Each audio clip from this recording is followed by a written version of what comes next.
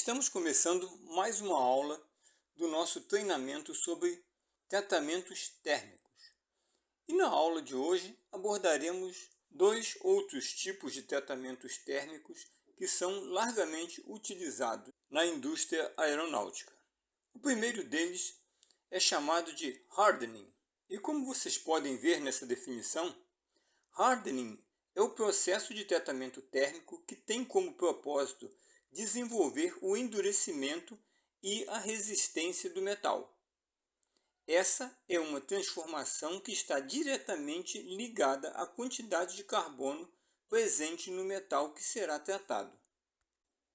E como será que se processa essa relação entre a quantidade de carbono presente em um metal e o processo de hardening, ou seja, de endurecimento desse metal?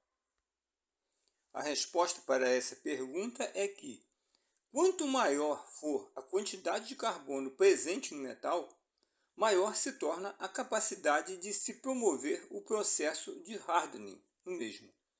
E isso ocorre em uma relação direta, ou seja, quanto mais carbono, maior a dureza possível de ser adquirida do material. Contudo, essa relação de paridade somente ocorre até determinado ponto. Na prática, quando a quantidade de carbono presente no aço se torna superior a 0,85%, o aumento de resistência deixa de existir. Vejamos então um pouco de como se faz esse processamento conhecido como hardening. For most steel, the hardening treatment consists of heating the metal to a temperature just above the critical point, soaking for the required length of time, and then cooling rapidly by plunging the material into the oil or water. Hardening process increases the hardness and strength of steel, but makes it less ductile. Como vocês podem ver, é um processo muito semelhante ao annealing, onde a temperatura que o material é exposto é elevada até o seu ponto crítico, ligeiramente acima do seu ponto crítico. Depois, ela é mantida durante um período de tempo que conhecemos como soak. Já sabemos o que significa isso, pois foi discutido na aula anterior. E em seguida inicia-se o processo de resfriamento, o cooling. E é aí que se localiza a diferença entre o hardening e o sistema conhecido como annealing, pois no annealing nós fazemos uma refrigeração lenta, um arrefecimento lento do material. E aqui é justamente o contrário. No processo de hardening, o resfriamento é rápido, muito rápido, e é conseguido mergulhando o material em óleo ou em água, o que é chamado de quenching.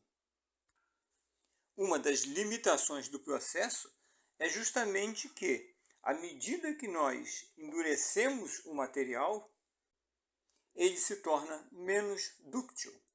E, embora sendo redundante, é o que significa dizer: quanto mais duro, menos macio, obviamente.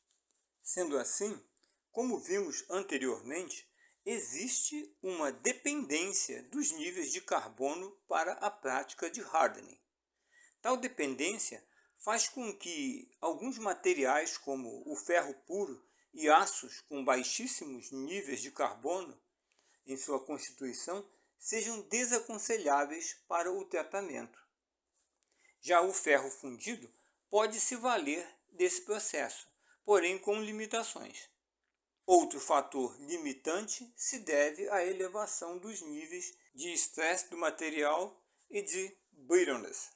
E é justamente para amenizar esses fatores de stress and brittleness que existe um outro processo de tratamento térmico, que tem como função, como já disse, reduzir os níveis de stress and brittleness.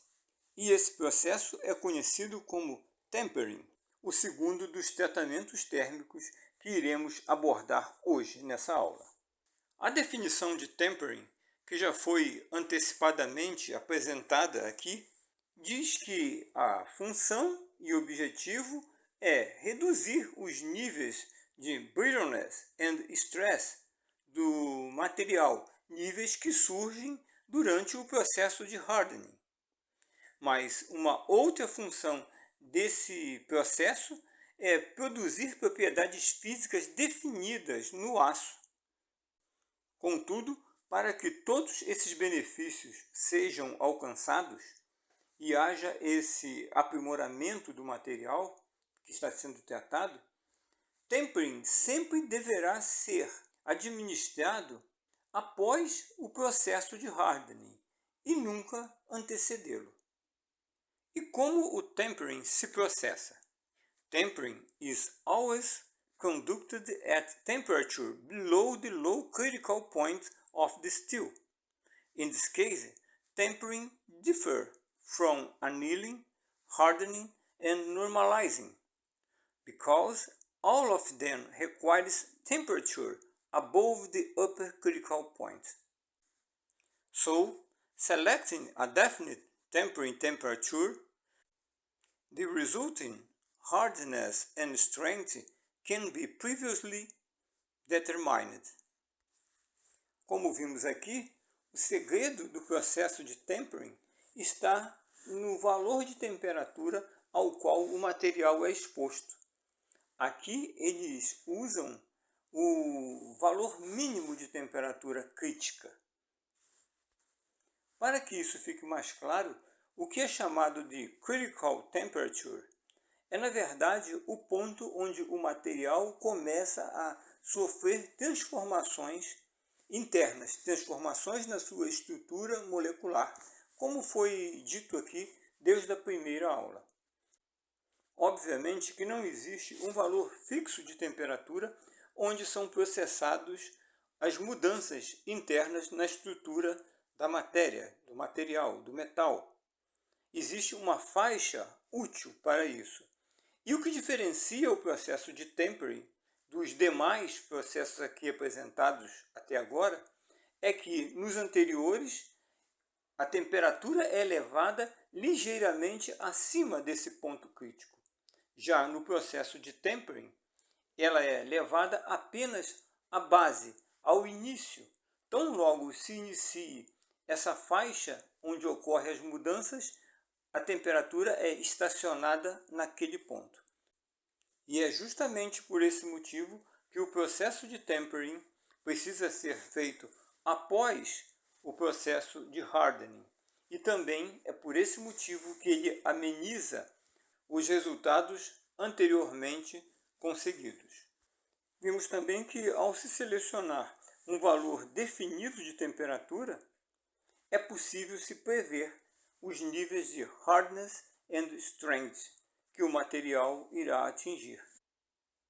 Complementando, the minimum tempering temperature soaking time should be 1 hour, but if the material is over 1 inch in thickness, the time should be increased in 1 hour for each additional inch of thickness.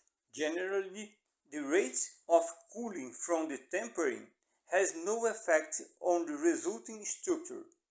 Therefore, the steel is usually cooling in still air after being removed from the furnace. Como vocês podem ver, o período mínimo de soaking é de 1 hora, porém, o mesmo deve ser acrescido de 1 hora para cada polegada adicional de espessura do material. Vimos aqui também que a forma de resfriamento do material não afeta o processo de tempering.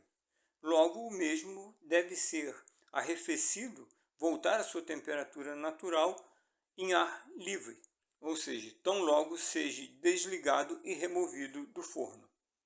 Antes de concluirmos mais essa aula, gostaria de deixar para vocês mais uma questão do FAA que envolve os dois tratamentos térmicos aqui apresentados hoje. Um grande abraço e até a nossa próxima aula.